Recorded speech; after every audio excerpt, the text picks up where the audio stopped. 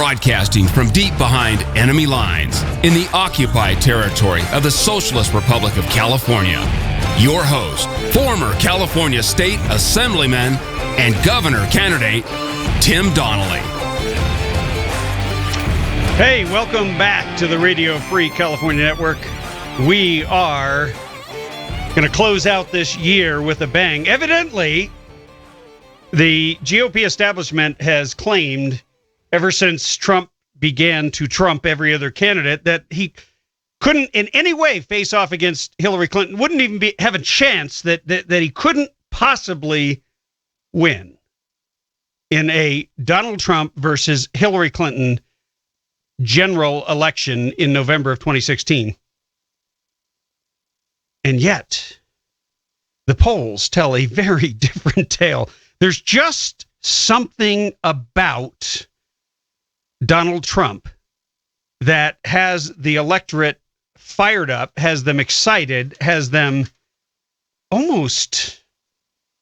There is an excitement that borders on zealotry, and the enthusiasm is increasing. It doesn't really matter what Trump does, but now they're discovering, yes, he can actually win, and that is sure to shake the Republican establishment to its core. Now, the Democrats will tell you, hey, we'd much rather face off against a Marco Rubio, because he's such a tough candidate, and that's your better candidate. I don't know why the Republicans fall for this every time. Every single time the Democrats tell them who they would rather face. They'd much rather face a Mitt Romney or a John McCain or a Bob Dole than a Newt Gingrich or a Ronald Reagan or a Donald Trump. And why is that? It's not complicated. Because the Democrats always put up extremist candidates, candidates who believe in what they believe in, candidates who profess and push and say, I'm going to go fight, I'm going to tear down the existing structures and change things. That's what Obama said. He said, I'm going to fundamentally transform America. And then he said about doing it. He said about literally destroying this great nation, bringing it to its knees so that he could remake it in his image, in the image of Obama. To him and many of the leftists who would call themselves perhaps progressives, I call them Marxist progressives, but see, they go to college to learn how horrible America is. And it is kind of ironic because Harvard is one of their favorite colleges, and we played you a clip last time we spoke on with Obama saying, well, when it comes to Harvard, them having the seal of a slave-holding family, I think we've got to be careful and not go too far because we don't want we don't want to go over the top. Young people need to take a deep breath here. Now, mind you, these are the exact same people who say that if you in any way, if you insult a person in the smallest possible way, and I'm going to use their own language, which is they call the slight, we might have called it a slight or an insult. They call it a microaggression. A microaggression, okay. So it's micro. And if you look that up in the dictionary, it's going to indicate something very small. As a matter of fact, something smaller than you could even see with the naked eye, which is why you have something called a microscope. So if the aggression is so small and so slight and so little, what's the big deal? When everyone, everywhere, at any time in history, if you want to be offended, all you got to do is walk down the street. I'm sure in the United States of America, there will be something to offend everyone at any given moment on any American street. It's just that simple. You might walk past somebody's house and they might have an American flag up, and you might be an anti-American Islamic jihadists. That might offend you. You know what? I don't really give a crap. If we figure out who you are, I'd rather take you out before you kill any more of my friends. And I'm not going to apologize for that. I'm tired of going to funerals. I'm tired of going to funerals for people who shouldn't have died and wouldn't have died if the stupid government did their... Okay, I promised myself I'm not going to cuss.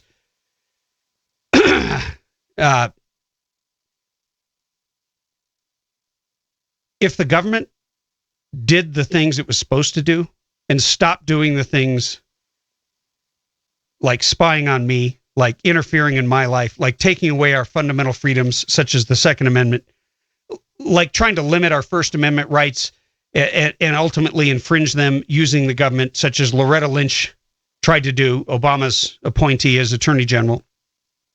If the government actually rooted out the Islamic jihadists, and by the way, we have a whole bunch of new information, and it's funny because it's always being broken by these blog sites. It's never the mainstream media because they don't really care. To them, San Bernardino's over. You've got Samuel L. Jackson, the actor. Remember him from Django? Yeah, that warm, loving human being. His biggest complaint is that the San Bernardino massacre, that the murderers were not white. He really desperately wanted them to be white people. He didn't care who got killed, didn't care what color they were, didn't care anything about their families. He just wanted it to be white people, not Muslims. Those are his words. I'll read you the exact quote a little bit later on. But that's the mentality that we're dealing with. And yet, there's some people who are just ferreting out the facts. And our friends at Breitbart, once again, it was Michelle Moons who went in there and did the interview with the imam at the terrorists' mosque in Corona.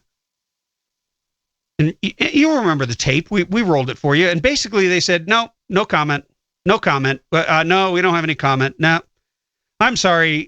You're our guest here. And if we choose to say no comment, we don't have to comment about anything we don't want to comment about. So basically, they held a press conference to say no comment to every single inquiry. And when they were asked if the imam had any kind of a relationship with murderer Islamic jihadist Syed Farouk, he said no. I knew him enough to say hello and wave to him. Now think about that. When you're walking by somebody at work that you don't even know their last name and you just wave to them and you nod, you smile, you see them every day or every couple of days, whatever, at work. Everybody has some kind of an acquaintance like that. You might even consider yourself acquaintances if you stopped in the elevator and maybe spoke for a few minutes about your families, or maybe it's Christmas time or, some other occasion and you mention what you're going to do, or you talk about your weekend plans. That is a very, very shallow, non-committal, non-relationship. And that is what the imam indicated. But the truth, it turns out, is very different, because the FBI has uncovered that they exchanged 38 tweets. Tweets, did I say that? Texts. You don't send 38 text messages to somebody you don't know to talk about nothing. And I don't know if they have the ability to see what was in those messages, but the imam and the terrorist were clearly a lot closer than they let out. And that is a story we will continue to bring you as it continues to break, far slower than my taste would allow. But anyway, we got a great show for you. We've got John Marhofer coming up from the Apple Valley Gun Club. I've said to you over and over and over again, and I hope you got a gun for Christmas. And the purpose of the show is inform, educate, and engage. So coming up later on this hour, you can find out how you can engage. And if you've ever wanted to know how to shoot, or had questions, or been uncomfortable handling a firearm because it just wasn't part of your family history or tradition, and you're nervous, well, you've come to the right place. And we will fill you in a lot more later on in that interview for 323-746-TALK. We'll be right back.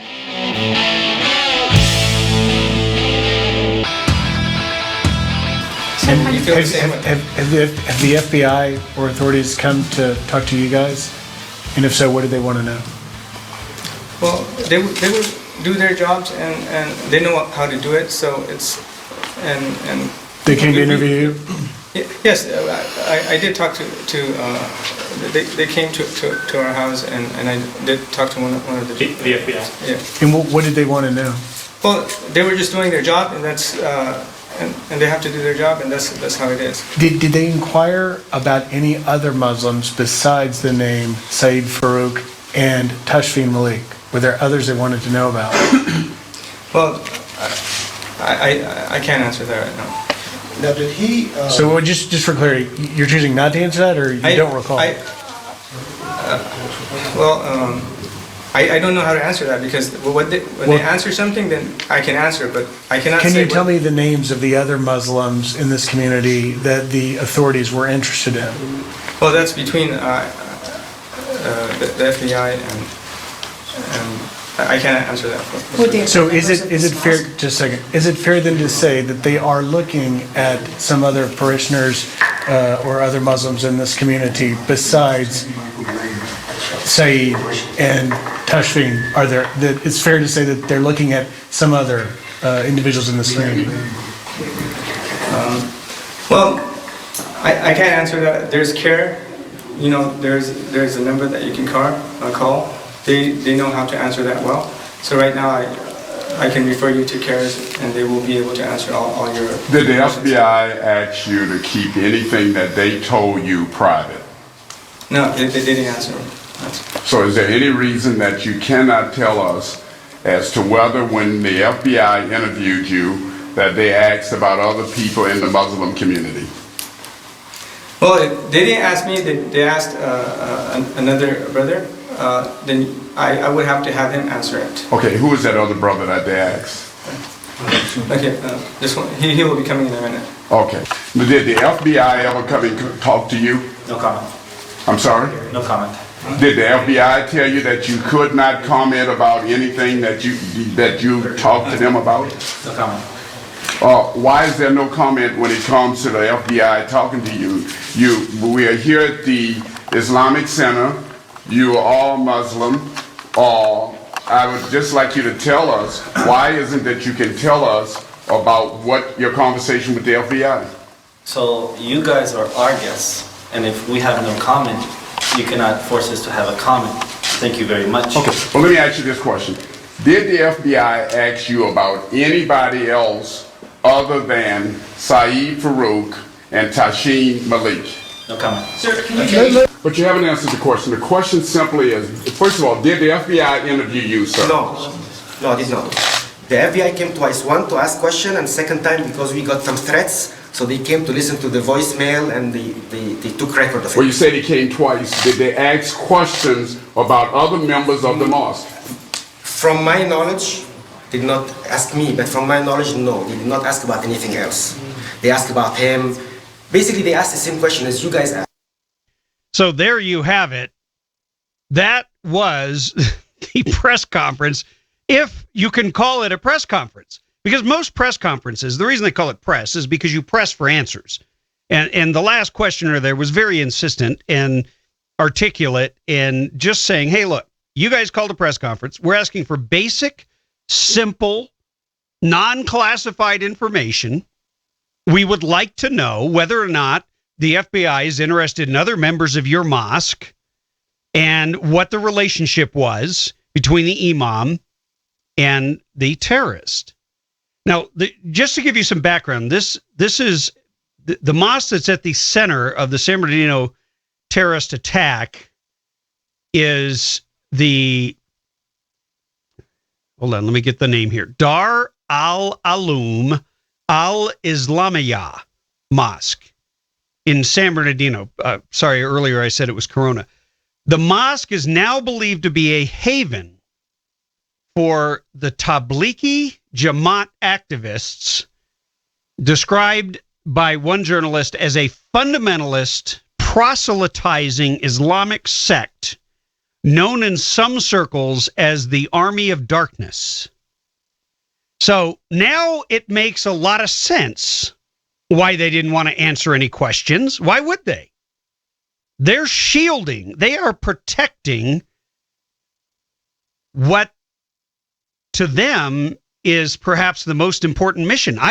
It makes no sense. If your mission is to be a religion of peace and to basically, like, let me broaden this to most churches. When you look at churches, they have a couple of different goals. One, they've got to raise enough money to keep going. That's tithing and fundraising. Number two, they want to grow because you either grow or die. And then number three, of course, and I'm not saying these are the priorities in order, but number three, let's just say, is actually spreading the gospel, spreading your faith, and perhaps number four would be helping the community, helping the body of Christ or the body of Islam, whatever. So churches have different pressures. You would think that they would want to protect the so-called moderates who probably support the mosque. Or maybe they don't. Maybe it is the Muslim Brotherhood that supports this mosque. Maybe there's a lot of money that comes in because of their terrorist activities and the fact that they are now a hub for this Tablighi Jamaat, the Army of Darkness. See, in most, and by the way, this is not an unusual relationship. We saw this when there was terrorism going on in Ireland, Northern Ireland, and England. When you had the Protestants and Catholics killing each other, they used the churches in many cases to funnel money. They did a lot of things like that. They proselytized through the churches. So this is certainly not unusual. But I don't know why this wasn't clear right after 9/11, but it's becoming increasingly clear now. Maybe it's because it happened in San Bernardino. But you've even got, there's another article also on Breitbart, a Muslim ACLU official who says, I emphatically refuse to condemn terrorism. Rana El-Mir, an American Muslim, deputy director of the ACLU of Michigan, says she emphatically refuses to condemn jihadist terrorists just because I'm a Muslim. So if the Muslim community is not going to condemn terrorism, if they're not going to defend and protect and safeguard the so-called religion of peace and the moderates that they claim are the vast majority of their congregation, then you would have had these imams at the terrorist mosque in San Bernardino telling the truth.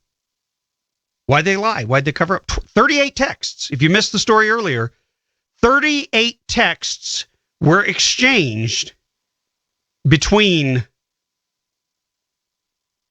Roshan Abbasi, who is one of the clerics, and Syed Farouk, the Islamic jihadist who slaughtered 14 innocent Americans that he worked with and injured 21 others, created the mayhem and the Christmas party massacre in San Bernardino. And now people aren't willing to take you at your word. The bottom line is the burden is on the Muslim community to expose those who are the fundamentalists who have stated and shown a willingness to murder in the name of Islam. And if they don't, then they're just as guilty. Anyway, we're going to have John Marhofer, Apple Valley Gun Club. You're going to find out how you can exercise your rights safely. Coming right up. Hey, welcome back to the Radio Free California Network. I am Tim Donnelly, your host, former California State Assemblyman and radio governor here in the state of California. We're going to go to the phones where I'm hoping I'm going to find John Marhofer. John, is that you? That's me, Tim. Hey, John, welcome to the show. I hope you had a great Christmas, and I hope you're poised to have a great New Year. And you've got some exciting news for the new year. I do. The Apple Valley Gun Club, which is one of the area's oldest gun clubs up here in the high desert, is hosting a community firearms training day on January 16th of 2016.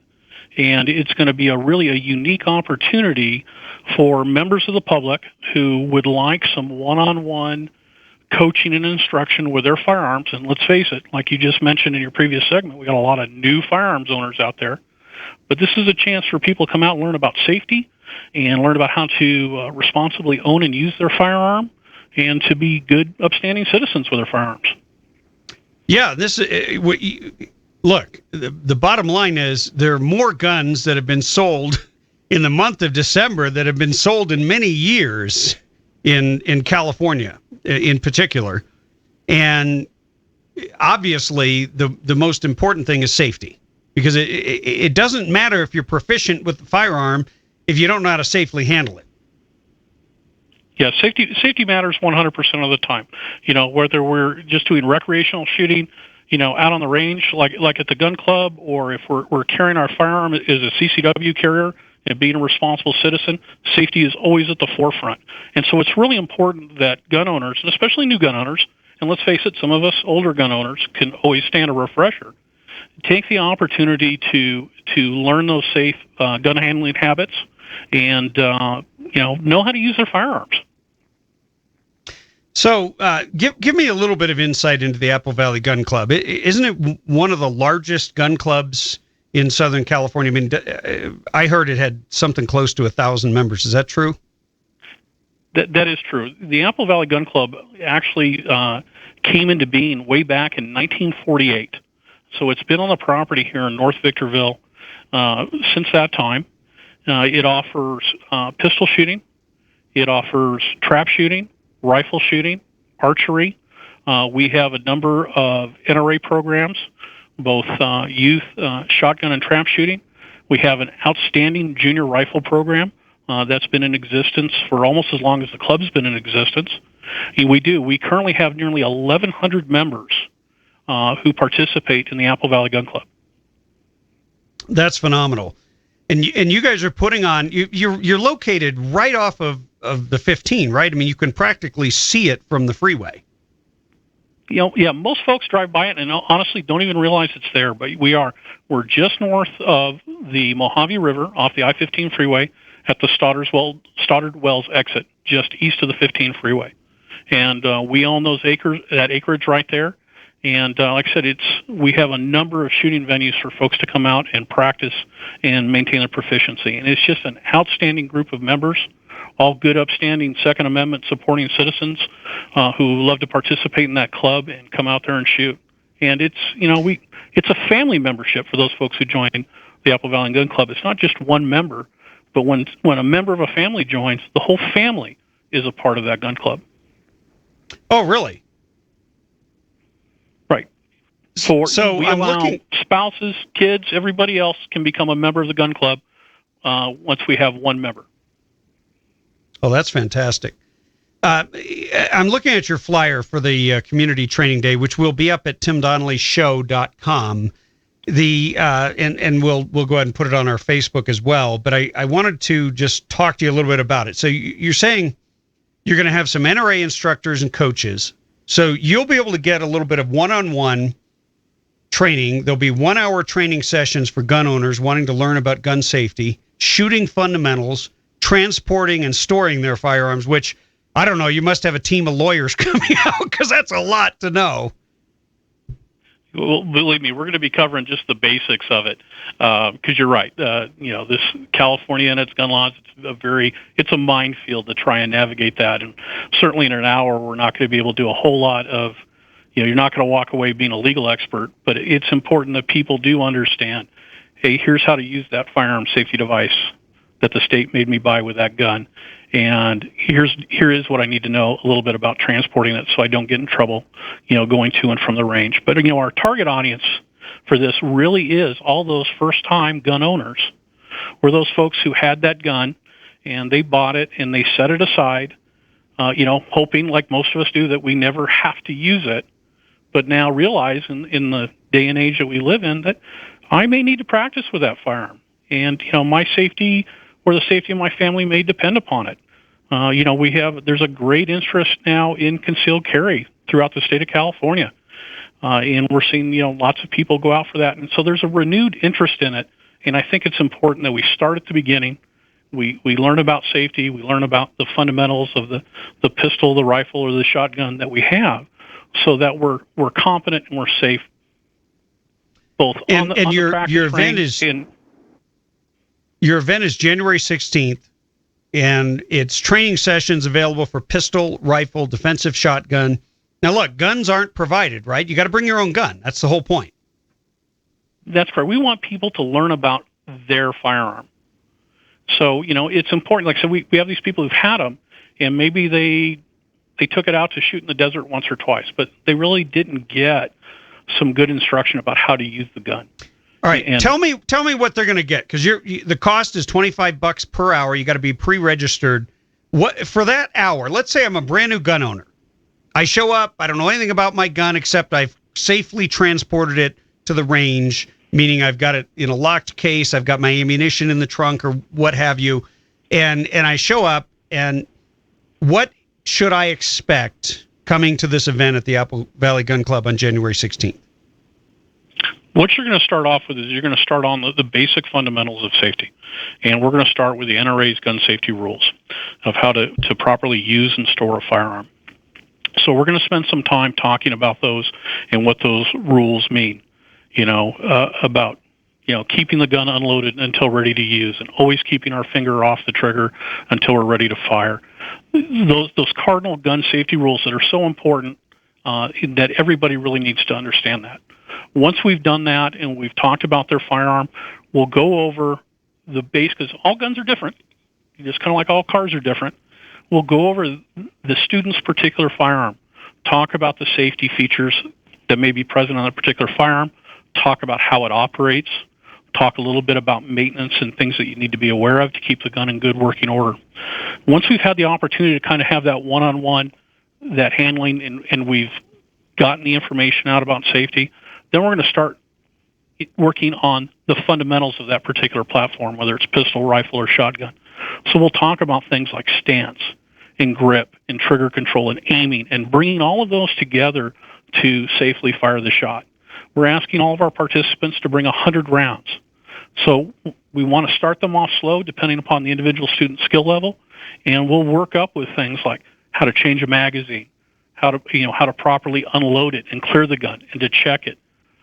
Once we get done with that, and we've had some shooting, we'll have a debriefing at the end of that hour, where again we go over, hey, here's how we get our gun ready for transport, here's how we clear it and make sure it's safe. And then hopefully, because there's a number of clubs up here in the high desert, we'd like to provide them with some opportunities for them to continue their training, at some of the NRA courses that are offered both at the Apple Valley Gun Club and at Lucerne Valley Lions Club, so that people can continue their education and get interested in not being just a gun owner, but in being a shooter and understanding what that kind of mindset is. Interesting. Now, I'm reading the flyer, and I want to be clear here. It says that during the Community Day training, NRA instructors and coaches will conduct one-on-one, 1-hour training sessions for gun owners. Does that mean for your $25 for 1 hour, you get your own individual coach? You're not in some class with 20 people? Correct. It is going to be one-on-one instruction. And that's probably how most of us learn to shoot anyways, is that hopefully an experienced shooter took us out and taught us. And we want to replicate that kind of learning environment so that you're not afraid to ask questions and you develop a rapport with your coach. Because there are no stupid questions when it comes to this thing. And we want to make sure that it is an excellent learning experience for the folks who come out and participate in it. Well, absolutely. I'm excited to see that you guys are doing this, because this is so necessary. Ever since this massacre occurred in San Bernardino, which took the lives of 2 members of the little town that I live in, and I know at least one individual from the high desert that was and countless people who knew people who worked there. For me, this has become. Victims as well. I'm sorry to hear that. but every one of us knows somebody, and that's how small our community really is. And in the end, I think we're starting to figure out that the government can't protect us from somebody who is able to keep their insanity that invisible, to where law enforcement is not they had one opportunity to intersect him, but in the end they didn't. And in the end, this guy, went to work with people. You know what's strange, John, is a number of my friends that own businesses here in the San Bernardino Mountains, in the communities of Twin Peaks and Crestline and Lake Arrowhead, Running Springs. They own businesses that Syed Farouk came up to inspect. So we can pretend all we want that the threat is somewhere far away in Afghanistan or Iraq or France, but the reality is it's here in San Bernardino, it's in the high desert, it's in the mountains, it's everywhere. And I don't disagree with any of that. I think that as unfortunate and as tragic as that incident is, it has served to many people as a wake-up call that they realize now that they do have to be proactive about their own safety, that there are, depending upon their comfort level, all kinds of different steps that they can take to make sure themselves and their family are safe. Everybody right now is hyper-aware and hyper-vigilant out there in society, and I hope it's for the sake of the victims and for the sake of our community. I really hope it's something that folks remember, and it's not one of those things in a couple of weeks where people just kind of tend to forget about it, because denial is a terrible thing, and people do have the opportunity to be proactive. Not a firearm may not be for everybody, but everybody should at least be aware that the possibility exists now. Well, absolutely. And I mean, I don't know if you heard the earlier segment on these the clerics there who pretended they didn't know the guy at all, and turns out, law enforcement's like, yeah, we're checking up on you, we're just going to take you at your word. Finds out they were lying. So we're going to get to the bottom of that in a lot of ways, but one of the focuses of this show is inform, educate, and engage. And I have put out a call that every American that believes and understands and values freedom, that if they don't already own a gun, that they buy one, that they learn to safely use it and operate it, but they also change their mindset and understand we are on the front lines. And it may not be an Islamic jihadist. It may just be a random shooter who happens to come into your school or your building or your whatever. And if you have taken the precautions and armed yourself, and, obviously you got to have a CCW to legally carry, but in the end, you're not going to be able to stop it unless you're equipped. So let me give out the information again, John, because I want to thank you for coming on. This is the Apple Valley Gun Club, and we'll repeat this a number of times leading up to it. Community Training Day, Saturday, January 16th. So it's only a couple weeks away. You need to pre-register for $25. This is something that usually costs you about $100 an hour. You could have your own individual coach, NRA certified instructor, who can walk you through your own individual firearm, safety, fundamentals, storage, any question you have, you could get it answered there. If you're a beginner, you need to check this out. And let me see if you got a phone number on this flyer. No, you don't. No, we don't. You know what? Go ahead.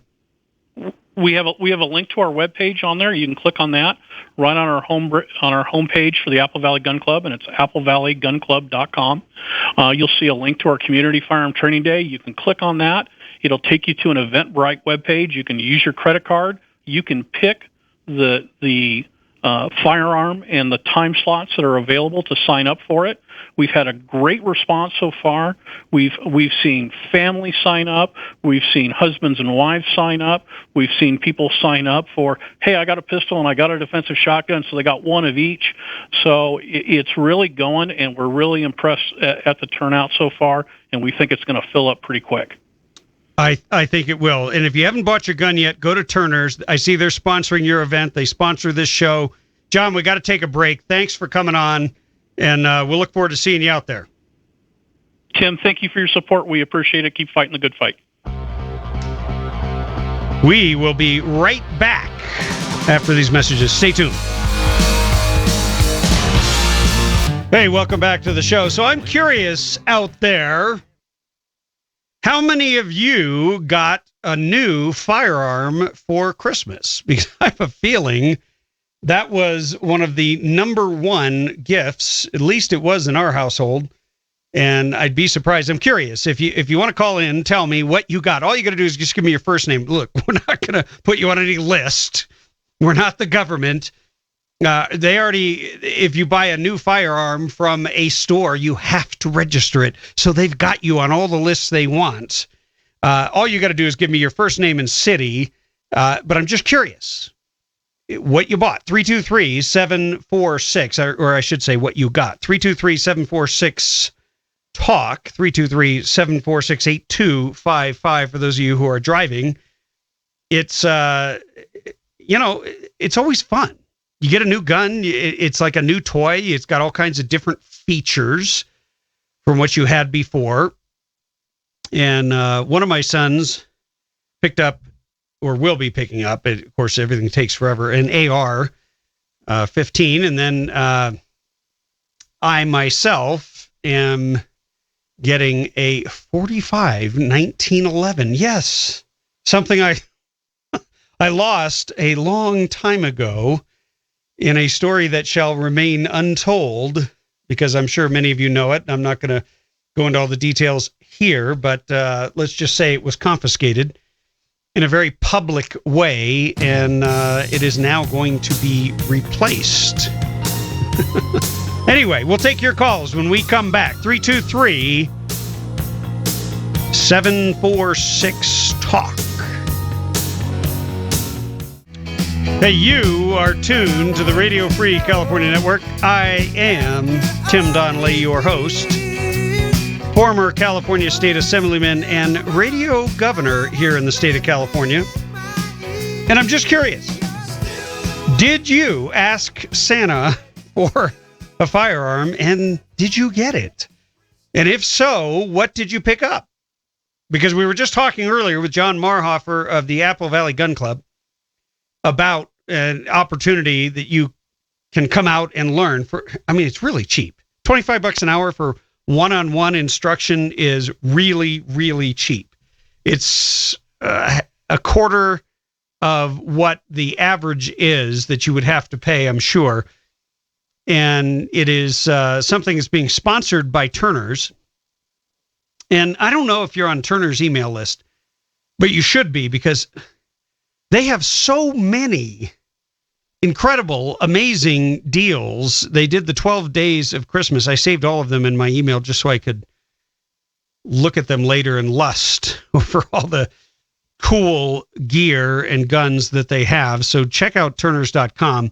And if you're going to buy a gun, if you still haven't bought one, make sure you do it before the end of the year, because California passes so many stupid gun laws that many guns go obsolete, or they're no longer allowed to be sold in California. And that's what happened with the 1911 that my wife bought me for Christmas.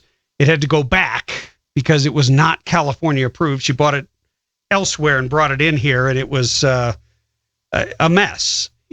California gun laws. Hey, you might find something, you think it's cheap, but in the end, you may wind up running afoul of the law here, and that's something that Turner's can help you work through.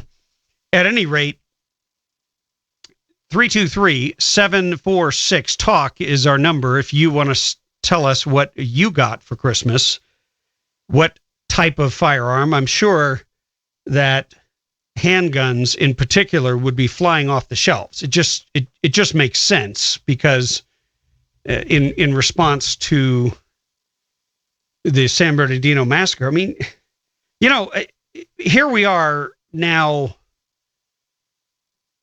what seems like almost a month, because I believe it was December 2nd. So on January 2nd, it'll be a month since that happened. And, when you really think about that, you had a bunch of people, ordinary people people who want to help other people, who went off to work. They had every expectation of having a light work day. They were going to have a Christmas party. I mean, this is just what we do at this time of the year. And I don't want to hear any crap about, well, they shouldn't have had a Christmas party. You know what? Screw that. This is America. If you don't like what somebody else is doing, you don't have to join in. But it doesn't give you a right to censor and stop everything that's happening. And of course, the mosque leaders and the Islamic community are now claiming this was all workplace violence and not part of a jihadist plot. Of course, we have informed you otherwise. But the only logical solution, the only logical reaction is you got to buy yourself a firearm.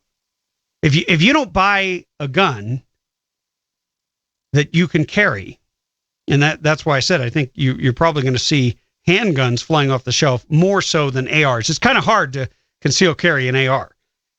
But you have so many people now that never put themselves in the equation. Never thought, hey, that could happen to me. And now that mindset's changed. And it's changed radically. No longer do you have people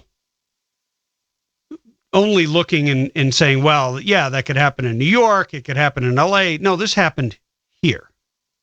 This happened in our backyard. This happened to our neighbors and friends, not somewhere else.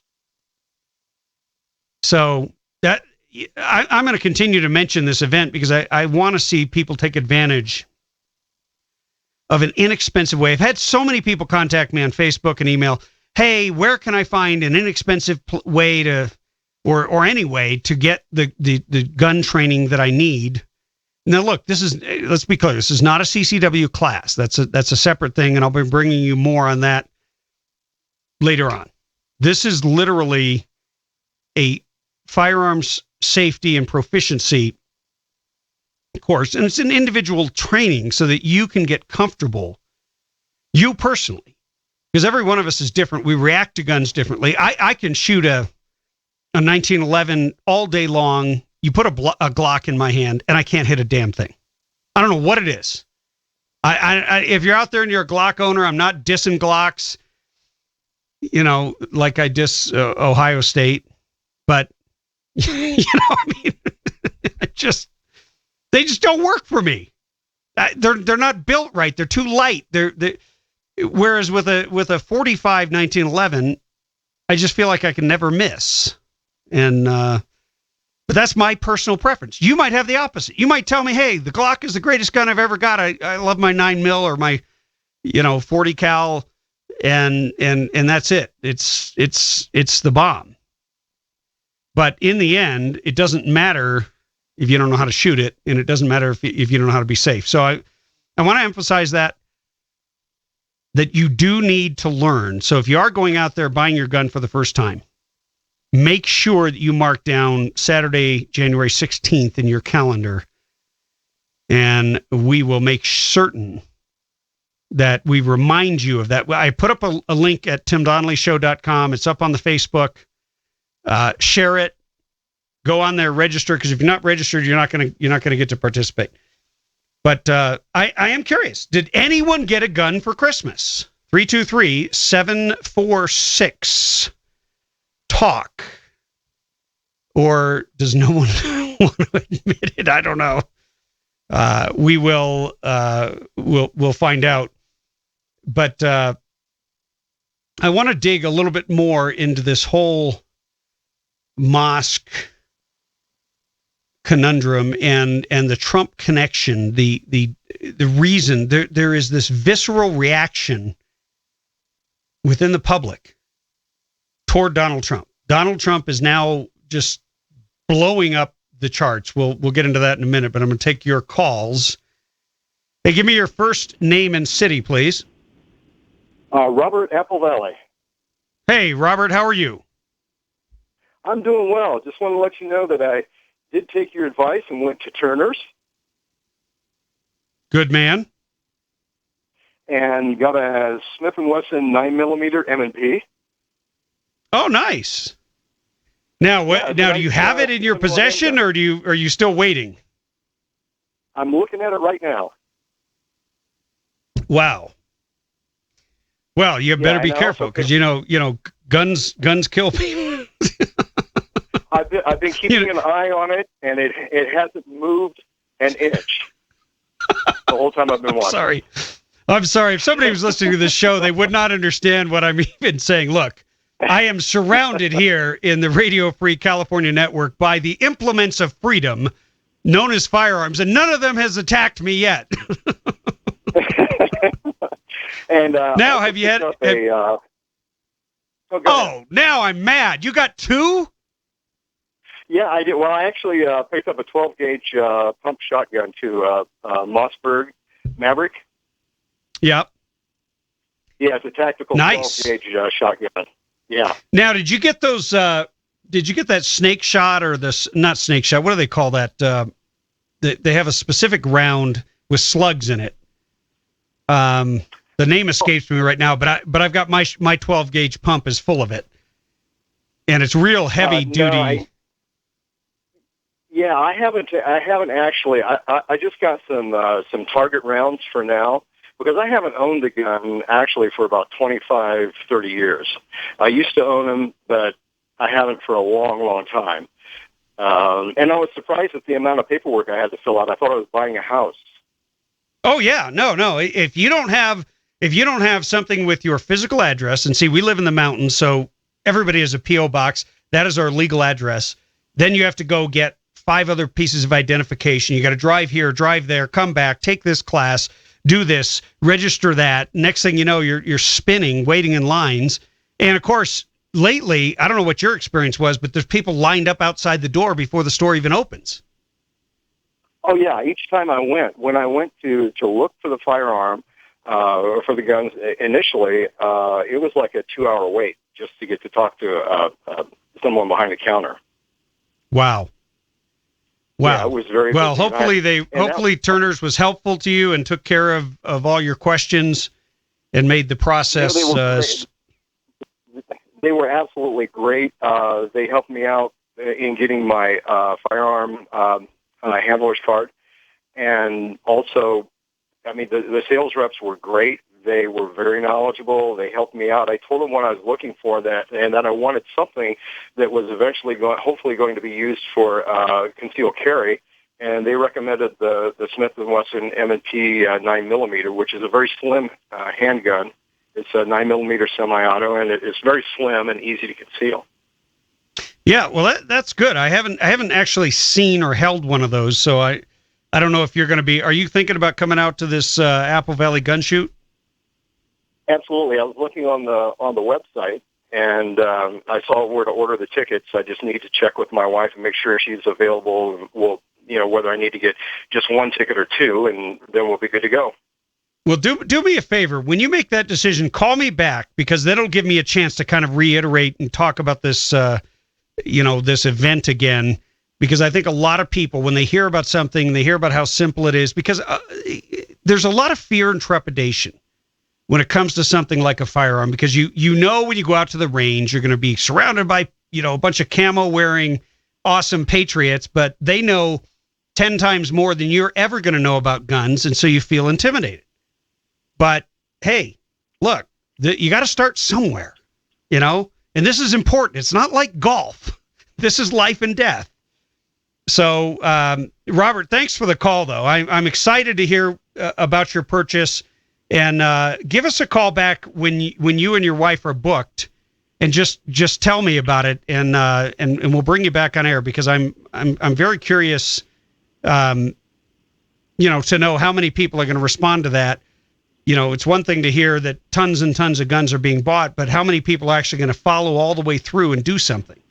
And you've done that. Yeah, absolutely. Yeah, absolutely. I will give you a call back. I appreciate it.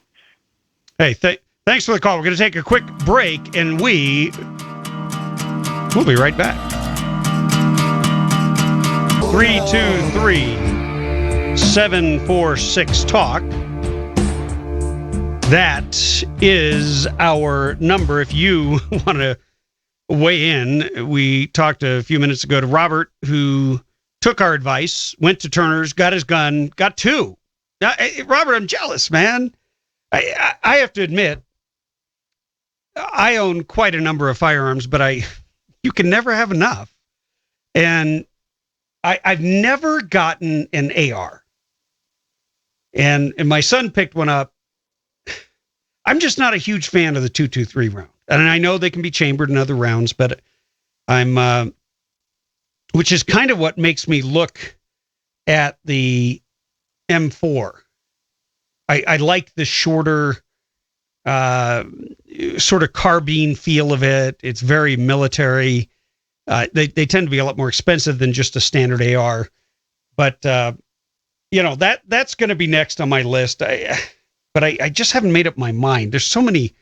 Actually, I never buy magazines about guns. I bought one just about ARs, and of course I have a friend who built M4 type short rifles, and maybe I ought to get him on the show and have him talk about that. But I am curious. I'm curious if you bought one, if you got a gun. Did you take my advice? Or follow your own. I mean, it's not like you had to hear me say it. It's the obvious thing. Let's be honest. 323-746-TALK, 323-746-8255. If you got a gun for Christmas, or if you went out and bought a gun because of the San Bernardino shooting, I'd just like to know. And I'm getting text from Chief Engineer Sean McNeil, who's telling me that he will let me shoot his M4. Well, I'm excited. I don't know, Sean, I don't know if you can come on and talk about that for a minute. What is it chambered in? 5.56 Okay. Now, okay, you got to help me out here. Okay. I'm gonna confess some ignorance here. I see all these different rounds, and let me tell you my first reaction. First of all, it's kind of like with keys. I only want to have one key that I really need. Right. Like the key to your house or the key to your car. I don't want to have 500 keys where I forget what they are, or have 500 guns that have so many different rounds that I'm liable to put the wrong round in, even though it'll fit diametrically, meaning the caliber, but the length isn't right. So what is 5.56 times 223 any different than your average 223 round that might fit in, let's say, a Mini 14 or an AR? Same thing. 223 and 5.56 are the same. Well, not every gun can take either or, but my particular weapon can do either or. Now, what do you have to change on it to nothing? It's nothing. It's just one is, I don't know, one is a little bit bigger or something. I'm not sure exactly what the difference is, but one is the military version, and the other one is more of a civilian version, I guess. Right, but my guess is that obviously it's the same diameter, but it might be a different length cartridge that contains more grains of ammunition. That it can actually, so it's going to be higher power. Does that make any sense? Yeah. Well, hold on. My son, as you know, Casper, he's quite into these things. He can actually explain to you the difference, if you like. Bring Casper on. Okay, I'm gonna hand him the microphone here. Go ahead. Well, Tim, 5.56 is hotter than 223. 223 is still perfectly running for ARs, but 5.56 is a little bit hotter, and it would possibly burst a pencil-like barrel for other ARs that have said things. Okay, but could you put that ammunition into an AR? You could, but if you put it into a straight 223 one, you're probably going to break your rifle. Okay, see, so there's my concerns. Here the son schooling up the dad on guns and ammunition. I love it. How old are you, Casper? Oh, he just he left the microphone. He's 14. Okay, 14. From the mouth of babes, Now, did you buy it? Did anyone in the McNeil household get a gun for Christmas? I got to know. Casper did get a gun. He got a 308 caliber Savage rifle. Yeah, now 308 is a serious round. Yeah, and it's got a that's something that can. Yeah, it's got a nice scope and everything. So he wants to do like some long range kind of thing, you know. That's like a sniper's rifle. I mean, Exactly. that thing will go through a tree at 100 yards and still kill somebody. Exactly. That's pretty crazy stuff. Because I had an M14 at one time, and that. Well, see, the government's cutting me off. Here, I'm just starting to have fun. We will be right back talking guns here on the Tim Donnelly Show.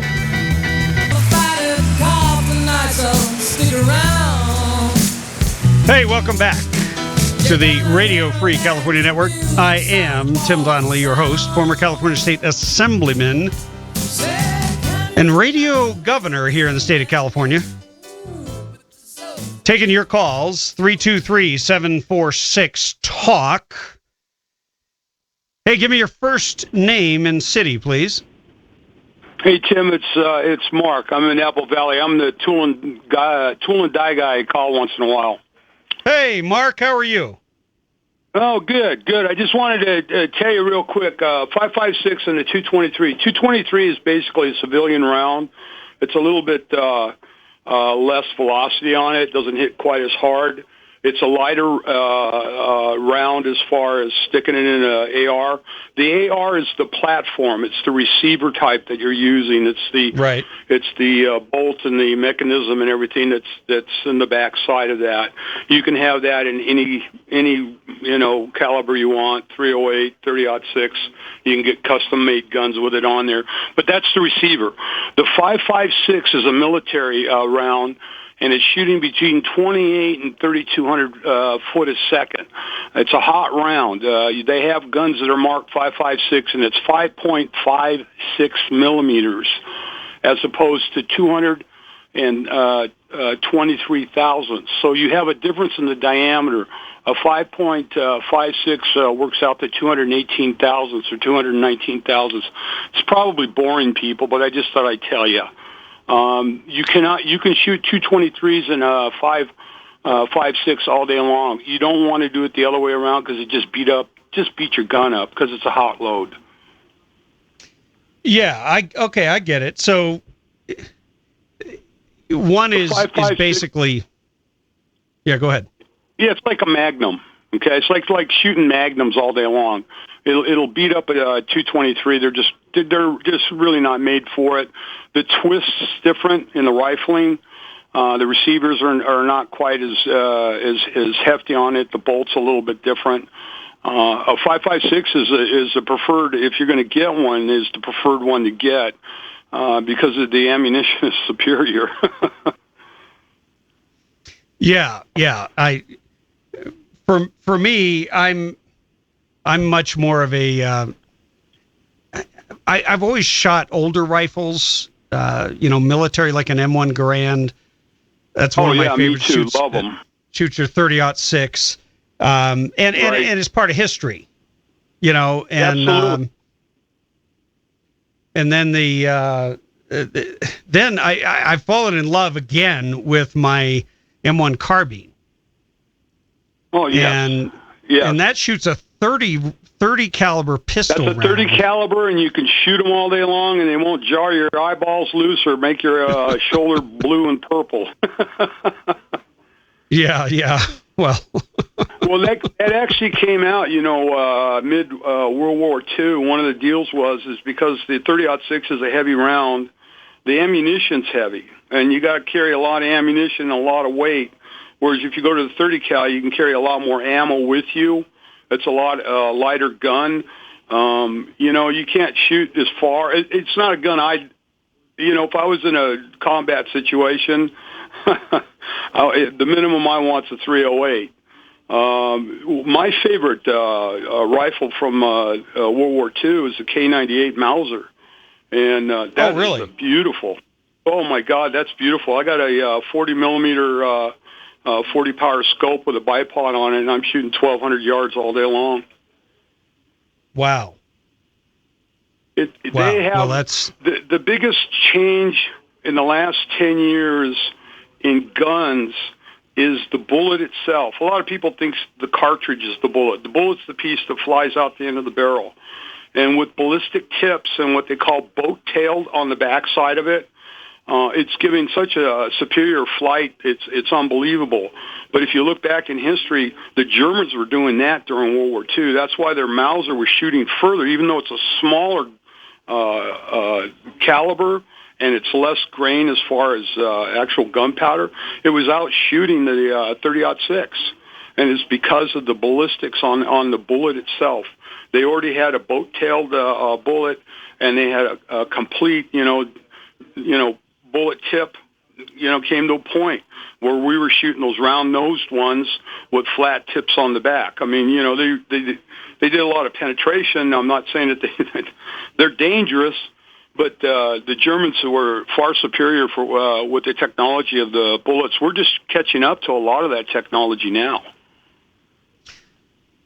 Yeah, well, we won the war, so that's all I'm going to say about that. We won the war, and one of the things that we won when we won the war is we won all that technology, and we're reverting to a lot of it. I mean, there was some pretty nifty stuff we got from them. Those guys, thank God we won it. We'd be doing the goose step right now. They had some. Well, no, because Mark, we're Americans. We wouldn't be doing the goose step for anybody. We would have had an insurrection. We would have risen up. There would have been an American resistance. Exactly what you see happening right now on the political front, where you see Donald Trump, pushing ahead because he's willing to fire shots. He's willing to take rounds for us, and he's willing to actually pick a fight. Yes, he is. Man, he's willing. Was that a great segue or what? A spade. Because he's doing that is why he's gonna be the nominee for the Republicans. I fear for him because he's making a hell of a lot of enemies while he's doing this. Well, but you know what? In politics, if you make the right kind of enemies, and he's making enemies in the elite, the media elite. He's making enemies among the top 1%, of which he is a 1%er. That's part of this whole thing. And one of the things that he's got called out, and it's kind of gone, to the background, but he's got it pegged. I did a lot of international business, a lot of business in Taiwan, which merged into China. He's got China's number, and we need to get up. What the hell is China doing making aircraft carriers? I mean, come on. Is anybody talking about it? While we're mothballing our fleet, they're building a bigger one than ours. Excuse me, does that look right to you?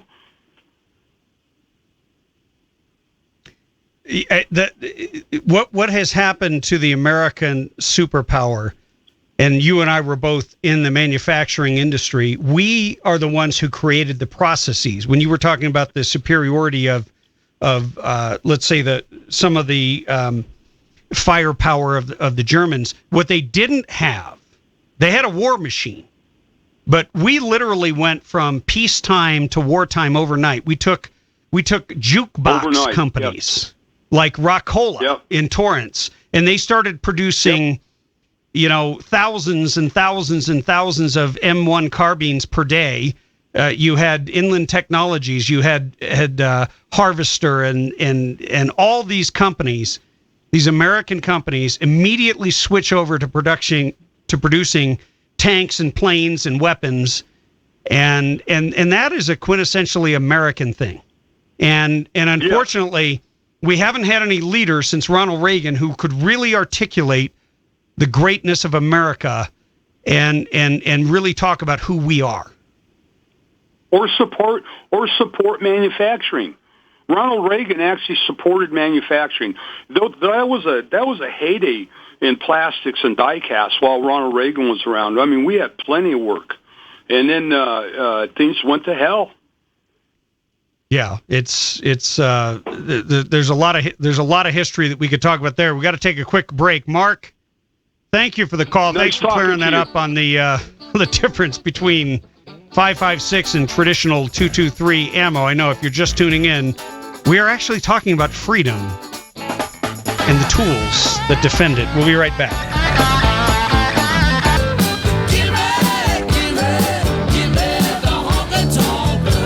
Hey, we've been talking about guns, mainly because it's fun. You know, this is the time between Christmas and New Year's, and, you know, some people are working, some people aren't. And I'm just curious, and we're going to keep talking about it until you don't want to. If you got a gun for Christmas, or if you bought one since the San Bernardino massacre, then I'd love to know. And I want to know what you got, and, you know, give us the details and why. You know, obviously, there's news reports everywhere that a record number of guns have been purchased. And, of course, the media makes it sound like it's a bad thing. Yeah, let me restate it. Record numbers of guns have been purchased. And nothing's happened. I mean, the last massacre we heard about was, or attempted massacre, was in Las Vegas with an automobile, a young woman. And as a matter of fact, I need to follow up on that story because I heard one report that she was actually yelling Allahu Akbar at people as she was trying to run them over. I don't know if that's true or not, so I'll get back to you tomorrow on that story. But certainly, yeah. They're still not trying to deny people the right to buy a car. But here's the thing. Part of the reason I'm talking about this today is we had John Marhofer on earlier talking about an event on January 16th. If you just bought a gun and you don't know or want to refresh, because I'm sure Robert, who called in earlier from Apple Valley, I'm sure he knows how to shoot. But having a refresher course, getting familiar with the particular firearm and all of its features, getting very comfortable with it is a very wise idea, especially if you're going to conceal carry it. But I think he also wants to get his wife in on it. And we are seeing that the number one gun buyers in the last couple of years have been women. The NRA has all the statistics. They'll tell you all about it. But in the end, women are the leading category. And they're even finally designing guns. I was searching everywhere for something to buy for my wife. And I wanted one that actually had good features and was easy to use, because a woman's hand is a different size, generally smaller than a man. And I had bought her one gun, and it was a nightmare because I could barely rack the thing back, let alone her.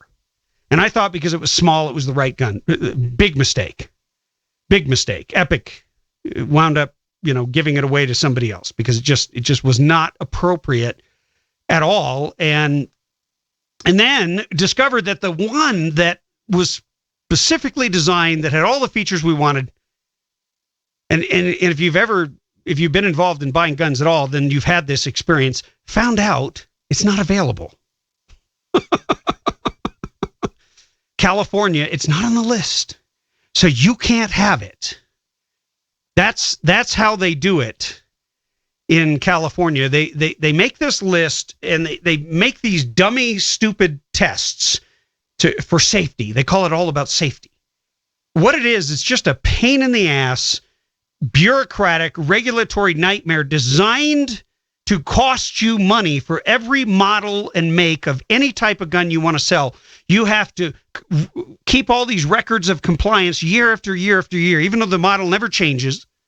And so many smaller gun makers who are making guns that you might be more appropriate to your affordability range, meaning you can get it quicker because it's cheaper. So you don't have to wait 6 months. You can buy it in 2 months or 3 months or now.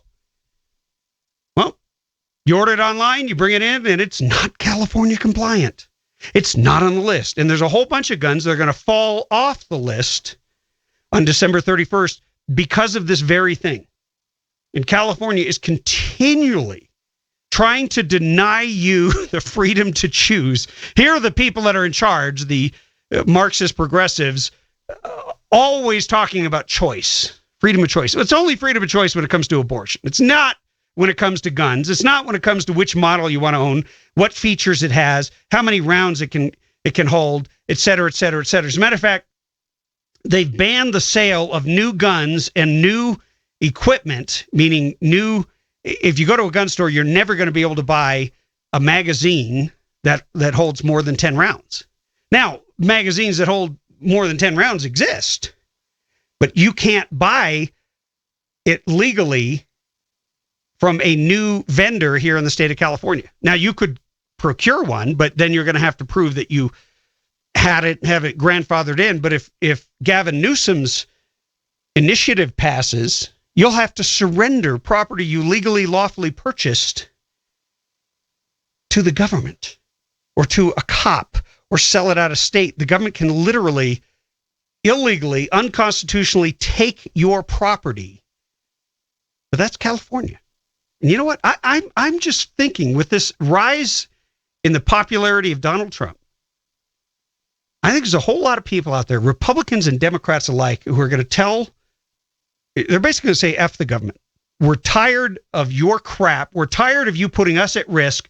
You can't keep the terrorists out. You want to control our speech. You want to control our Second Amendment and keep us from being able to defend our lives and our freedom. You're infringing our rights, our natural rights, rather than doing what you are constitutionally mandated to do as a government. Why don't you go take care of business and get out of our way? I mean, I think a lot of Americans and a lot of Californians have finally got to that point. And I think it's something about San Bernardino just struck a nerve. It is so deeply personal. It is so close to home. And it is so undeniable. It is not something you can just ignore. And so I am curious. 323, I keep forgetting to give the number out. I'm having too much fun talking about guns. But 323-746-TALK. Don't call now because you're going to wind up being on hold for 5 minutes. Call when we come back from this next break. I just want to know, did you go out and buy a gun since the San Bernardino massacre, or did you get one for Christmas? And part of the reason is on January 16th, in the middle of the Talk 960 listening area, right off the 15 freeway, very, very convenient, the Apple Valley Gun Club is going to have a training day so that you can learn how to shoot safely.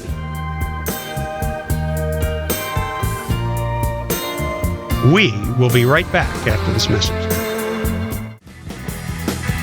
This national feeling is good, but it won't count for much, and it won't last unless it's grounded in thoughtfulness and knowledge. And informed patriotism is what we want.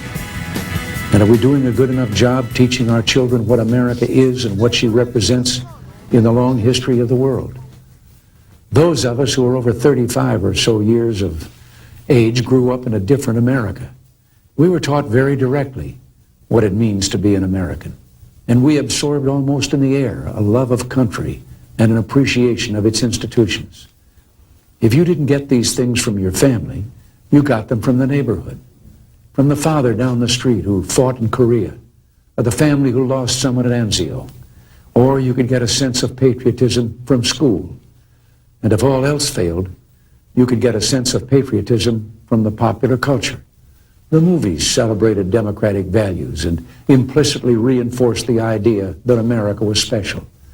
TV was like that too, through the mid-60s. But now we're about to enter the 90s, and some things have changed. Younger parents aren't sure that an unambivalent appreciation of America is the right thing to teach modern children.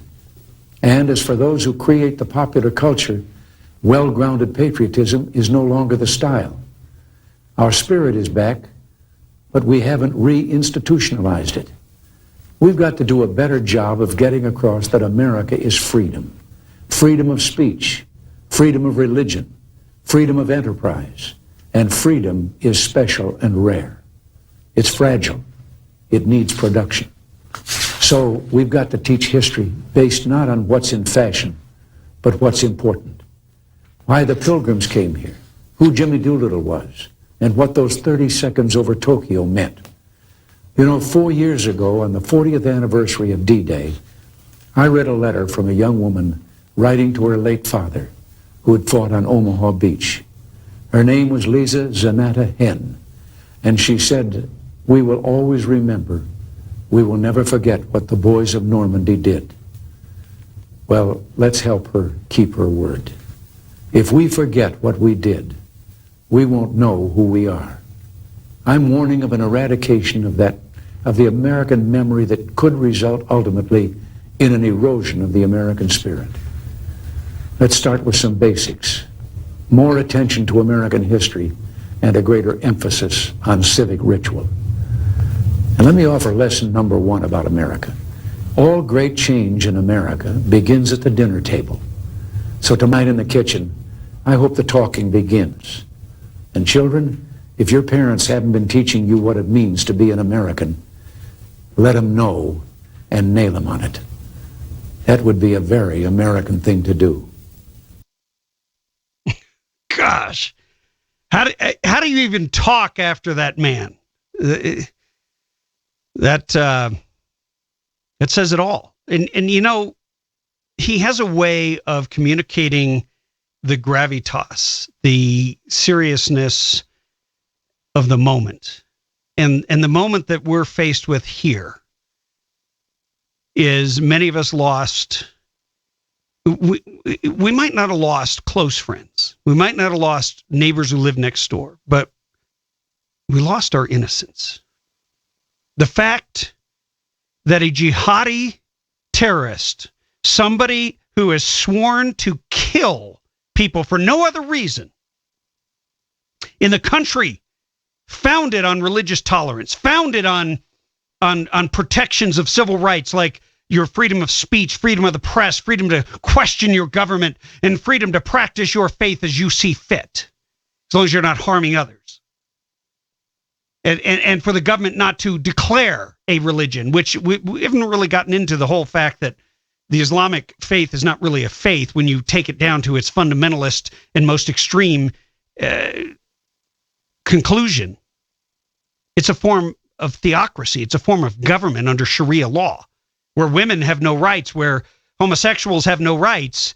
And see, a lot of people mistake conservatives for people who hate other people who are different. That's the kind of language that Barack Obama uses. Remember, I played you that clip of his interview, and he stated, "Yeah, well, my daughters are so tolerant because they're more sophisticated than you." Basically saying than you people who are clinging bitterly to your guns and your religion.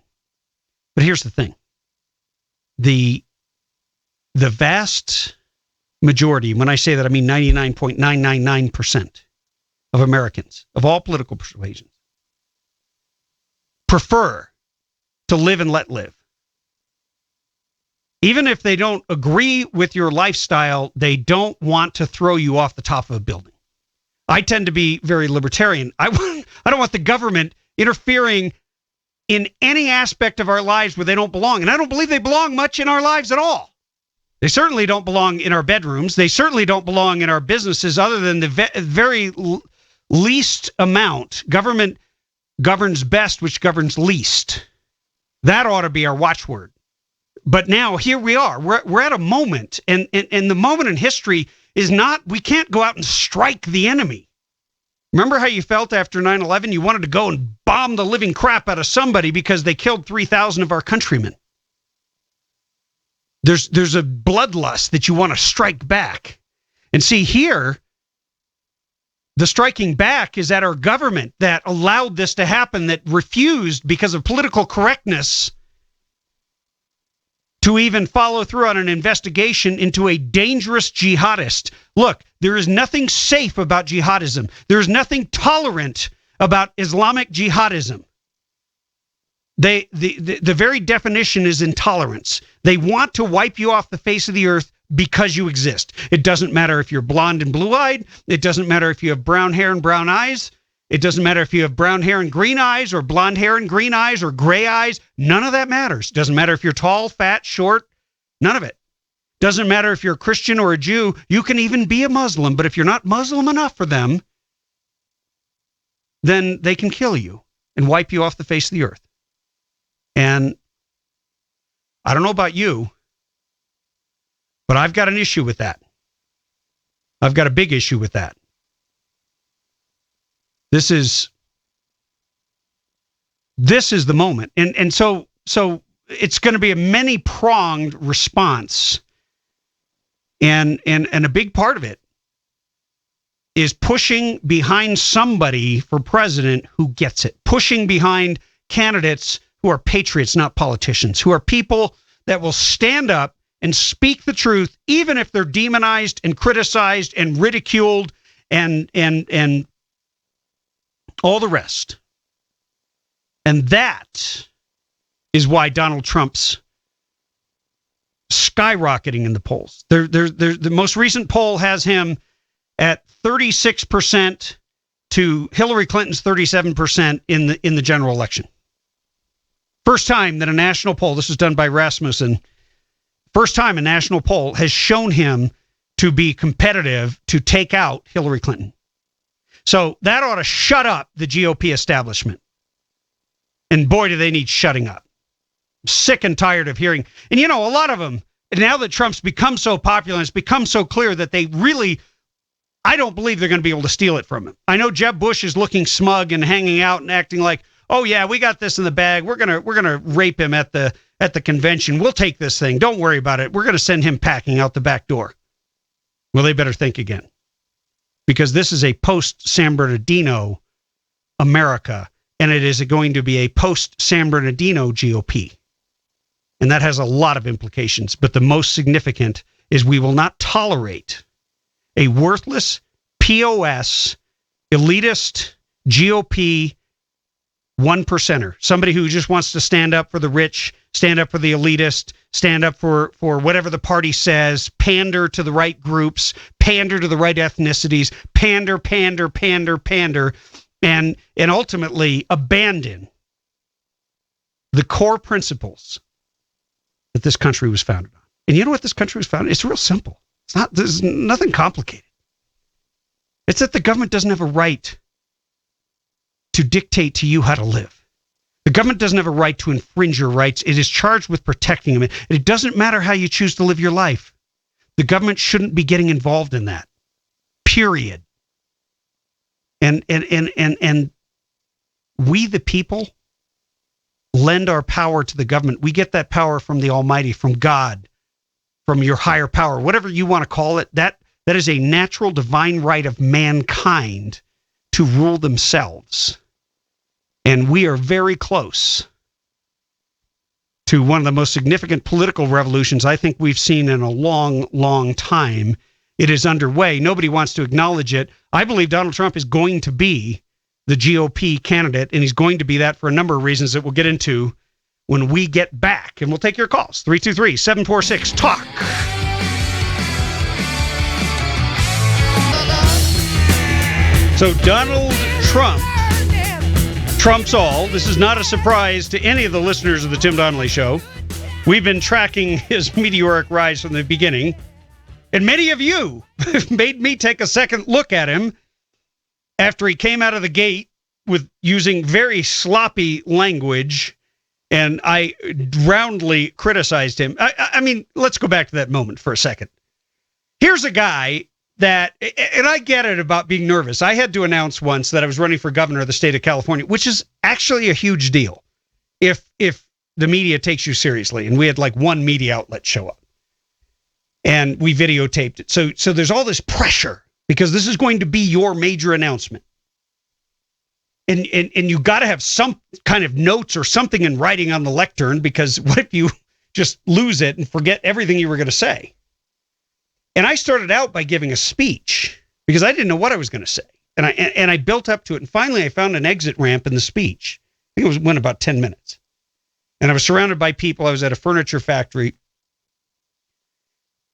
And finally, I said, and that's why I'm running for governor of the state of California. Okay, so I didn't need any notes to say that. And see, the news media is only going to pick up the I'm running for blah, blah, blah.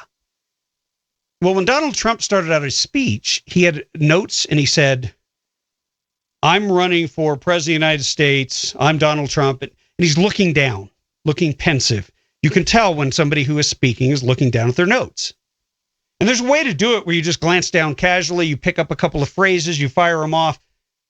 But that is the part where there should be the most conviction.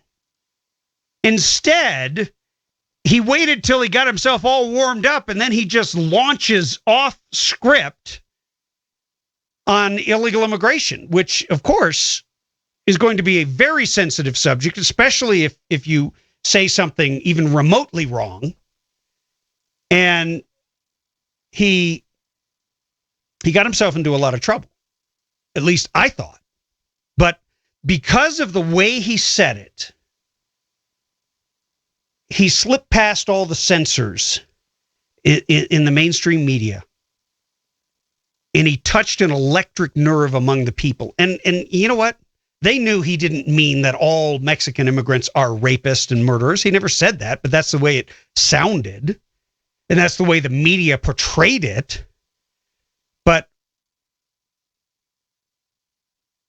what he did say and what he did do is he then followed that up by bringing the victims of sanctuary city policy after Kate Steinle was killed in San Francisco. He brought them on the national stage.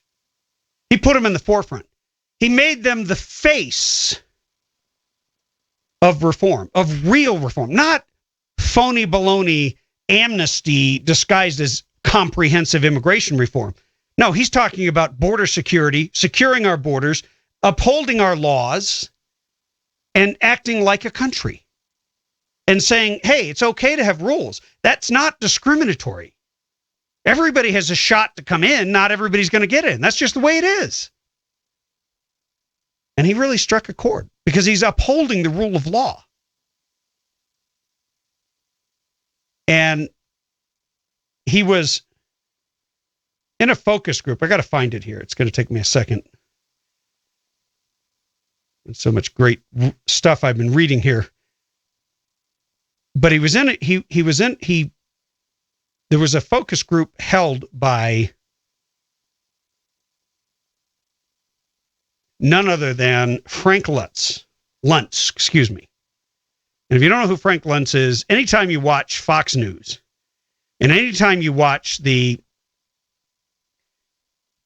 GOP debates or any of that kind of stuff, any kind of presidential coverage, you're going to see Frank Luntz with the focus group. He'll have 20 people, 16 people, whatever it is. So he was in a room full of Trump supporters watching a debate, and his conclusions were very simple. He said, there is something transformative about these people. They don't care what Trump says or does. They will defend him to the hilt because they want revenge. They want revenge, and he's very specific. They want revenge on the elitist media and the elitist political establishment, those who are at the top, who continually betray them. They hate the media because the media lies, and the media treats them like garbage, and the media denigrates and demonizes them. Now, when I say them, he's talking about us. Because I feel that way. I don't know if you feel that way, but I fall into that category. I'm tired of hearing about how my guns should be taken away because some Islamic terrorist decided to kill people. When my gun might be the only line of defense, where my carrying a gun and knowing how to use it and not getting in trouble by my government for doing their job, which is securing and protecting our rights. See, that doesn't need explanation. That's something that just rises up in your heart as an American. You have a right. And you don't need a law to give you a right. You don't need a constitution to give you a right. The Constitution does not dispense rights. It simply acknowledges their existence and talks about the relationship between the government and the people. The people have natural rights, and one of those is to defend our own lives and our freedom from tyranny. And they prescribed even that we have the right to keep and bear arms. And yes, they talk about it being a well-regulated militia being necessary to the security of a free state. They didn't say an army or the government. They're talking about you. You are the militia. And you know it. You're the reason that this country has never been seriously invaded. And no invasion would ever succeed. You don't believe me? Just go watch the movie Red Dawn, because that's a glimpse of what would happen. I can tell you right now, almost every American I know owns way more guns than the government knows they have. And they're stocking up on ammunition. And if anything were to happen, they're ready. But Donald Trump is giving us a chance for that revolution to be political. And for that, for us to have one champion who will go stick it to the establishment. Perfect music for that. Perfect music. Dire Straits, Brothers in Arms. You got to listen to that.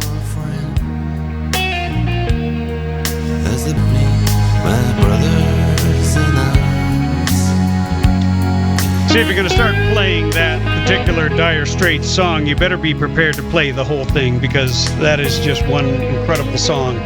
Look, that is a big part of what we're talking about, is changing your mentality. We are brothers in arms now. We are brothers in arms after San Bernardino, after the massacre. And you heard it here. There are Americans all over the country, but particularly here in California, who are availing themselves of the right to keep and bear arms. And by the way, we got an email from Wendy who said, hey, where can we find the segment that you recorded with John Marhofer on the Apple Valley Gun Club event? Very simple. It'll be up online tomorrow, because the amazing Sean McNeil, chief engineer here at the Tim Donnelly Show, always posts them up. We will put you can actually mark it to the minute, and I'll share it tomorrow on my Facebook so you can share it around. That's the bottom line. I put the flyer up today, but I had to cut it in half because I can't put a PDF up.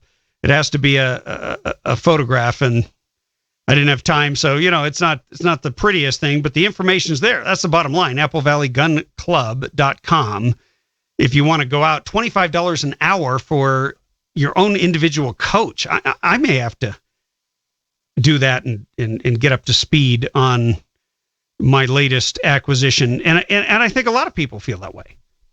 But going back to the political end of things, Donald Trump, this is a guy who, as I was stating before, had brought illegal immigration to the forefront, put a face on it with the victims of the many individuals who have been killed by those who were in the country illegally and were encouraged to stay here and remain here because of sanctuary policies. Sanctuary city, meaning we're not going to cooperate with the authorities. We're not going to deport you. We're not going to hand you over to the federal authorities. We're just going to let you go free and roam the city. San Francisco, LA, they are notorious for these policies, but there's 277 of them in the country, and Donald Trump put a face on them. So not only that, but he is now effectively taking on Hillary. And I think, and I'm really curious what people think about this. We'll get into this a little bit more tomorrow. When Hillary talks about being for women's rights, she's always gallivanting around saying, hey, if you're a victim of sexual assault, you deserve to be heard. And, I'm on your side. We're with you. She ran a little ad campaign some time ago with that in it. So I'll see if I can find that stuff and play it for you tomorrow so you can hear it in her own words. But here's the thing. We're with you when you're standing up against sexual abuse, as long as it's not perpetrated by my husband, Bill Clinton. And Donald Trump is just calling her out. And it is that kind of aggressiveness, that kind of in your face, that kind of I'm going to take care of business. I'm going to speak the truth, and I don't care who gets offended. That has catapulted Trump above all others. And there's some great candidates there. I mean, Ted Cruz is, I believe, a terrific individual, but he's no Donald Trump. Ben Carson, terrific individual, but he's no Donald Trump. And by the way, I believe Clint Eastwood just came out and essentially said the exact same thing about both Donald Trump and Ben Carson, that he thinks he's a good man and he'd be good for the country. He'd be the best thing that happened to this country in a long, long time. And it's hard to argue. It's hard to see why anyone, but then again, nothing the Republican Party does makes any sense. It just doesn't. You know, every time I turn around, people ask me, well, why are the Republicans going after Donald Trump? I don't understand. It seems like he can beat Hillary, we could win, and we would move the country in a different direction. And you have to acknowledge that. Because if you're one of those people who's thinking about voting for Jeb Bush, you might as well vote for Hillary Clinton, because I don't think you're going to get a chance to vote for Jeb Bush. But if that's your mindset, you're a Democrat. I hate to tell you that. You are not a Republican, because you don't believe in the rule of law. If you are a Jeb Bush supporter, you love illegal immigration. Say it. Say it right now, out loud. I love Jeb Bush, and I love illegal immigration. And I don't care if my fellow Americans are slaughtered by illegal alien gangbangers who come in here. I don't care if illegal alien child molesters come in here. I don't care if illegal alien criminals come in here. I don't care if illegal alien killers come in here. None of that matters to me. Just say it. I love Jeb Bush, and I love illegal immigration. I love illegals. We'll just shorten it up for you. Yeah, I'm getting a little worked up here. Going to go to the phones. John in North Carolina. John, welcome to the show. Merry, thank you very much. Merry Christmas once again, and now I can say hope you have a Happy New Year. Glad to hear you back live on the airways. Same to you. Same to you. I did take a couple days off, and the McNeil Meister covered me there. You know, I got to recharge my batteries and get fired up, and I'm fired up today. I can tell you are, and this is a subject I love to cover and listen to, and all of the above and below. But I did not get a gun for Christmas. But in this state, you have to sign up and background check, and you know that's your personal responsibility. So, yeah, somebody could give you the money to buy it, but I didn't get a gun. But I'm not too upset. 2016's, I still have plenty of permits left. I can go buy myself a little treat every now and then. Well, I'm glad to hear it. We wouldn't want you to be unarmed out there, John, especially being a supporter of the Tim Donnelly show. That would set a bad precedent. No, that's exactly right. Yes, for sure. But I am glad to hear about this course they're offering, because I take one every chance I get, which isn't often. But if I lived about 2,900 miles closer, you'd see me out there on January 16th. I think that's awesome. That's a good deal. No, Gun Club and NRA. I think I'm gonna. Yeah, I think I'm gonna sign up and take my boys and my wife and see if we can make a day of it. It just sounds like fun. And you know, once I got the clarification that it's one-on-one. That's pretty good. $25 an hour is pretty good for individual, training. Certainly, no doubt. Well, and I hope you all have a good time. But like I said, if I get it within 2,800 miles, I'll make sure I get out there. I'll do the extra 200 miles to get out there. But hey, driving 200 miles in Southern California is just like Tuesday.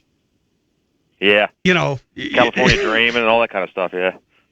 Well, it's just going from San Diego to LA to Orange County to back to the high desert. I mean, it's not a big deal for us. We travel a lot. We actually have a pretty decent freeway system, even though it's always getting jammed up. That's because everybody wants to live here. Yeah, quick little round trip. Well, I don't know if I can say this on the radio, but you heard about you were just talking about Hillary and Donald and her getting trumped, or can I spell it? SCHLAUNGED. She kind of got she got beat, but she got trumped, but she also got. You remember that story, right? I don't know if I want to say the actual word. It begins with an S. I think you're good. You can say it. Yeah. Okay. But she got schlonged. Is that what you're saying? She got schlonged. Exactly. Yeah. Well, right. You can actually say that. I thought that was hilarious. Okay. Yeah. Well, she got beat. I mean, he came up from out of nowhere and, excuse me, put a whipping on her. Bottom line. Yeah. You're talking about Obama. You're talking about Obama beat her back in 2008, and Trump made that remark. And now, for her to go out there and say that Donald Trump is, a sexist or whatever. I mean, my God, look at the man she's married to. We had on the author of The Clinton Women. I forget the exact title of the book. I'll have to dredge that up. But it is when you read that, it is unbelievable. Some of the footage, and we'll play you some of that. Probably tomorrow. We got a little bit of an interview with Juanita Broderick, who was a fundraiser for Clinton, who was part of the team, and the guy goes out and rapes her in a hotel room. And when you hear her tell the story, she actually sounds like any woman that you could know in your circle, like one of your wife's friends or one of your mother's friends. I mean, she's definitely old school. She felt like it was her fault because she went to the hotel room of a man alone. And she had no intention of any of that stuff. She was doing her job. Yeah, and Hillary wants all women to speak out and be heard if they've been any way close to, raped or, attacked. As long as it wasn't by Bill Clinton. Whatever way. Let's make sure we put that in there. As long as Bill Clinton wasn't the guy who did it to you. She's happy to talk about Bill Cosby, but not Bill Clinton. Exactly. Bingo. Right on. Yeah, there it is. John, we got to take a break. Always great to hear from you. Excellent job. Hey, we'll be right back here on the Tim Donnelly Show. Godspeed.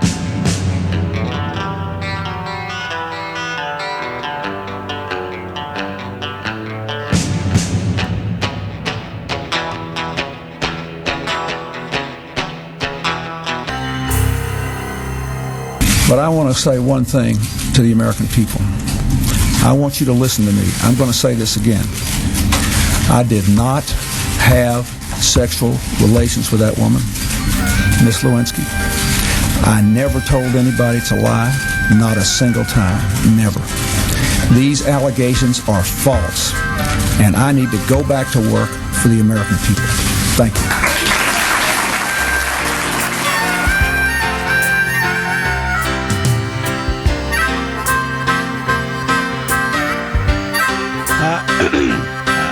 I do not know if I do not recall if I could ever say that with the same conviction. That is so, I mean, when he says that, you want to believe it because he's so emphatic and he's so charismatic. The guy was. Like him, love him or hate him. He was. But I don't think, correct me if I'm wrong, tell me if I'm crazy, but I don't think that we will see. I don't think we're going to see Bill Clinton get Hillary elected. I just don't see it. When the American people have a choice, and I couldn't pull up the article again because it wanted me to sign up for something and I could no longer get it, but I'm just going to give you the gist of it, the Trump article I was referring to earlier. They claim that the vast majority of candidates who are populist candidates like Trump, who rise up out of the people, they're straight talkers. They crash and burn somewhere along the way, and they're left as roadkill on the highway of politics. There's only one problem. The GOP elite, the political elite on the Democrat side, they're terrified of a Trump because there's no rule book for a guy who can finance his own race and tell everybody to go to hell, to tell everybody to go pound sand, to tell the government to go F itself. The guy's a billionaire. He is the 1%. So he's going to take on the 1%. It's kind of like having a gladiator. It's not the same as having Joe Blow, candidate who's been trained in candidate school to be politically correct and make sure that you're coalescing all these different ethnic groups and all this different stuff. Make sure you don't say that. Make sure you're careful here. That's what's gotten us into all this trouble. I mean, hell, they've politicized law enforcement to the point that we don't secure the borders. That's considered racist.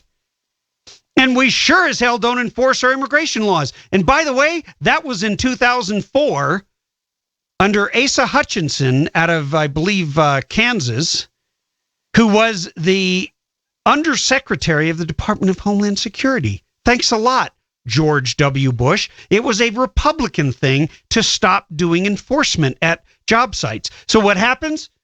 You have a whole lot of Americans displaced that could have been working, but for illegals taking their jobs because the government stopped enforcing immigration at job sites, period. They just don't do that anymore.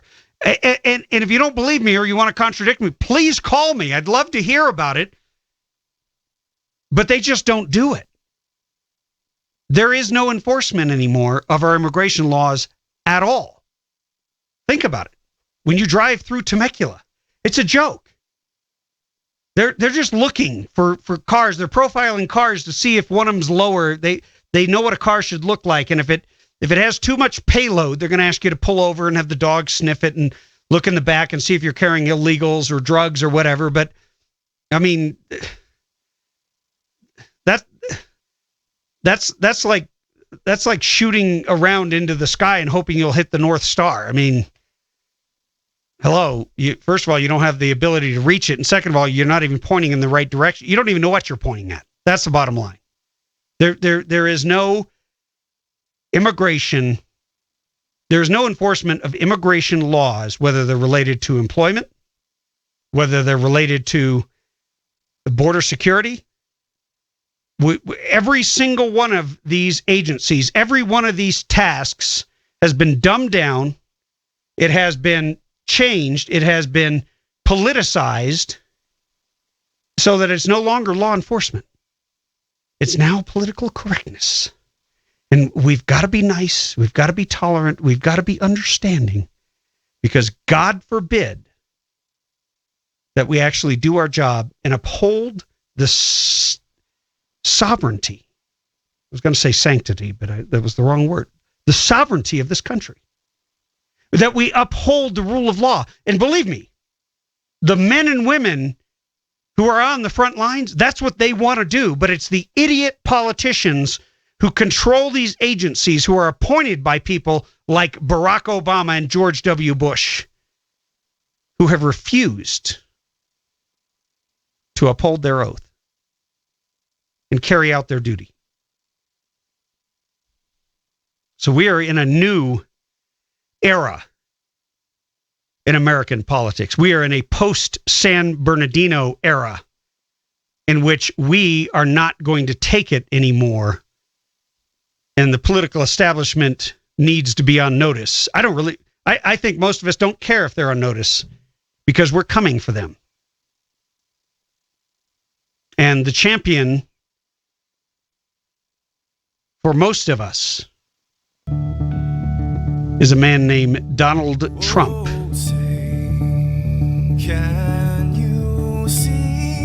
Hey, I want to thank Sean McNeil, Chief Engineer, all of our sponsors, and of course you. God bless you and Godspeed. Tim Donnelly Show, out.